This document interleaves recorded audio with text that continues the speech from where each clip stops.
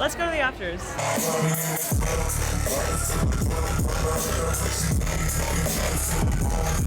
So when I lived in Boston, I used to have a connect that would get MDMA from a lab in the Netherlands. I was one of those crazy people that like didn't want to yak whenever it like touched your tongue, because a lot of people when they take like real MDMA, like crystal form, they'd be like, oh my god, it tastes like battery acid, I'm gonna vomit. I used to take it and let it sit on my tongue, but I'd put a Jolly Rancher in my mouth at the same time, and I just kind of let it like, you know. And so now every time I taste Jolly Ranchers, I low-key get the faint taste of MDMA on my tongue. We got a $20 flat rate on weekend nights.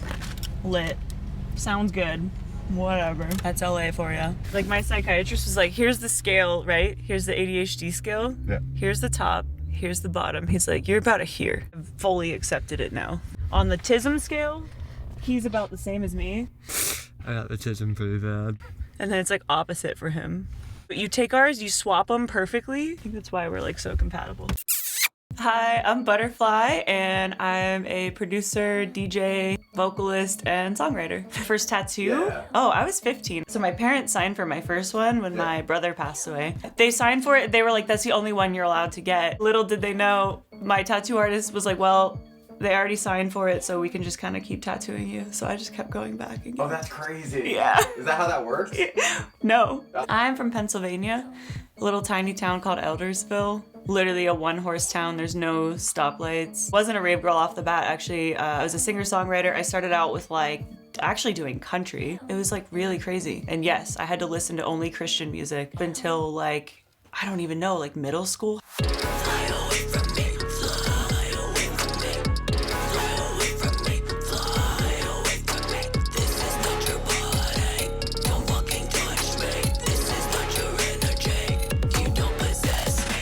Yeah, so my gym is like literally right over there, and then when I usually either before or after I get out of the gym, I'll like climb up in this thing and I'll just like get my laptop out and I'll like work on beats and stuff. Because it's kind of relaxing. It's like you're laying in like a giant elaborate hammock, and then usually when I'm here, there's like nobody in it, so I'm like by myself. Goals wise, dreams wise, like you've been DJing, producing for like a hot minute. Yeah. Like do you want to be like the biggest DJ in the world? Like what's your dream? I want to get into the festival circuit for sure. Yeah, I want to get into the festival circuit. I want to play like EDC, Electric Forest. I like to DJ, but I want to also like, you know, mid-set hop on the mic, start screaming, rapping, like singing, whatever. I can live MIDI perform. I really like how Porter Robinson does that. I kind of want to, you know, I take a page out of his book. I think the festivals are where you get the most magic. Like, club shows are fun. Everybody's getting rowdy. Everybody's getting lit. You see some crazy stuff happen. But festivals, that's where all the, like, the magic is. That's where all the good vibes is. That's where, like, the family vibes are. So that's ultimately what I want to do, is just tour the festival circuit. A classic part of the rave scene and any festival scene is the porta-john line. You smell the smell of like people smoking something that has that smelly smell that smells smelly on the inside, but then you also smell the smell of street meat being made out on the street. Every time I leave a rave, I buy a sausage on my way out. It was a secret location rave. It was in like downtown in like this warehouse that used to be like a textile. Well, it's by day, it's a textile shop, and then they gut it out for the rave, and then they just like turn it into a venue. With all of the merch that says cunt on it. Oh, well, I don't know whose merch that was, but I mean, I'm assuming it was for Lick and Dip, but like cunt just means like, if you say like, oh, that's so cunt, it's like, oh, that's so cute, or like, that's so slay. Like the girls, gays, and theys, we've reclaimed the word because it used to be used in such a nasty way that now we use it as like a compliment, like, oh, so cunt. This instant camaraderie you have with someone when you know that they're also a raver. Like if I see somebody wearing like a Virtual Riot t-shirt, I immediately feel comfortable to go up and talk to them. I think it's because you know you'll have something to talk about, but also the rave scene, like people are very open. We're all about that plur life. Plur is like peace, love, unity, respect. Is there like a genre of like EDM? Like when I first moved to Brooklyn, I was friends with this girl and she was like a Wook or something like that. Yeah, Wookiee. Are you a Wookiee? No. Oh my gosh, but I love Wookiees. A Wookiee is like the hippie of the rave scene, right?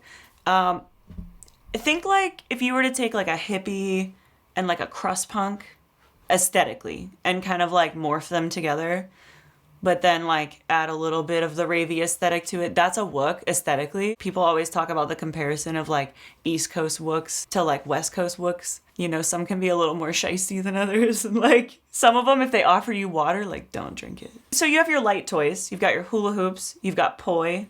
You've got your glovers. There's a lot more toys now. There's like pixel whips. It's like literally like a whip. It's fiber optic cables. And you can whip it around, but you can also weave it in between your body parts, around your arms, and like, you know, do all sorts of crazy movements with it. Is that for everybody? Well, like, Is like that for a wook? Like who's the person with the hula hoop? I mean, anybody really. Like anybody can be into light toys and stuff. There's people who are really good at it, obviously. I guess that's its own genre of raver, is like someone who's really into the light toys, because like they'll kind of be doing that like the whole time. I'm always telling people, I'm like, yeah, like glovers are the ones that get like the most tail. Like they'll come up to you and they'll give you like the most mind-blowing show ever. And like usually they're like masked up and stuff because all they want you to see are the lights. And I always make this joke, like it doesn't even matter if they're cute or not, because usually they'll be like doing the most impressive shit. Like they definitely score. I'm still like so stoked that he just gave me like a rose quartz heart. I'm like geeking right now. Absolutely geeking over that right now. So yeah, I'll like get out of the gym, you know, pull out my laptop. Usually I'll like actually keep it in this bag, to be honest, and then I'll just like bring the bag with me up in there. I'll shove my purse like in here, and then you just kind of climb on in. Hey, it's me. I know we haven't spoken in a while and things have been weird. I hope you're doing really good. Call me sometime, okay?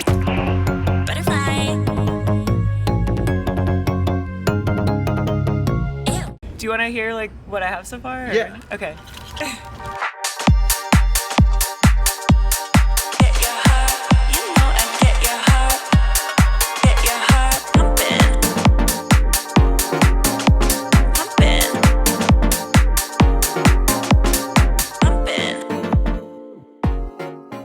Another butterfly tattoo. Let's go.